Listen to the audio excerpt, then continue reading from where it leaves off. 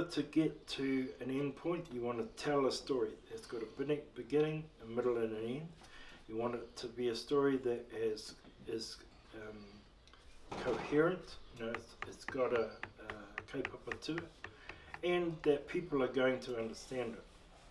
So actually, the same way that you compose and design your carving is actually the same ways that orators transfer information through oratory.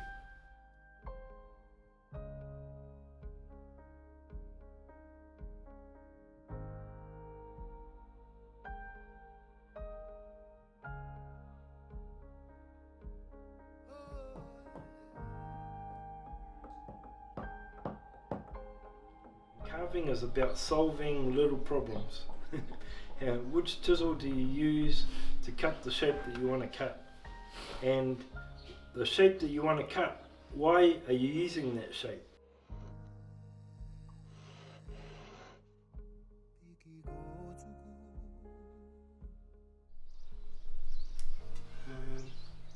Journey into carving. Started about 15 years ago. My uncle gave me a couple of chisels and taught me a couple of patterns, and this is the one he taught me. It's kind of a go back to all the time. I'm really stuck on something, I'll just go back to that one all the time. But here now I see all this on top.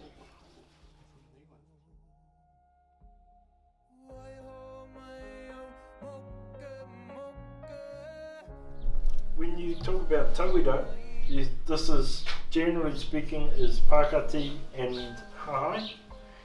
And then if you consider it, that's close up. So the Hahai are the lines, there's a whakarare there, and the Pakati is all of these notches. But if you stand back and look at the whole pattern, the whole spiral, that is what's known as whakairongo. And the same with this tauaru here.